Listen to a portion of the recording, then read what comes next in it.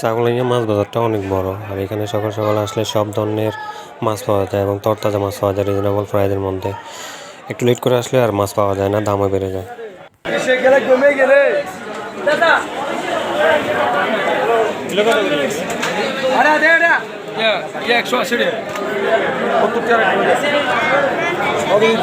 না আমি half KG নিব। কি মাছ?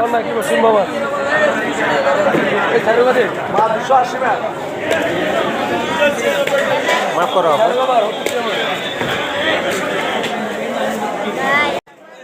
আচ্ছা, এই মাছটার নাম কি কেউ বলতে পারবেন?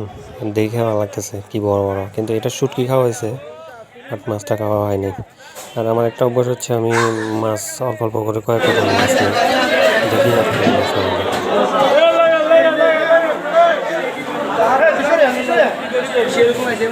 আপনার মাছ ধরে যাবে তো আপনার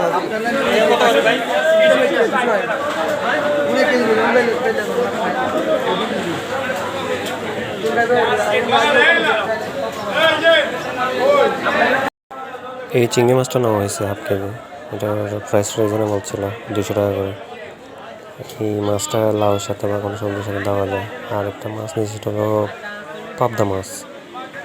যাক, অনেক মাছ উঠছে, অনেক মাছ রিজনেবল প্রাইসের মধ্যে। আর এটা হচ্ছে সত্যি করে এত ভালো ছিল না, কিছুদিন আগে নেওয়া হয়েছে।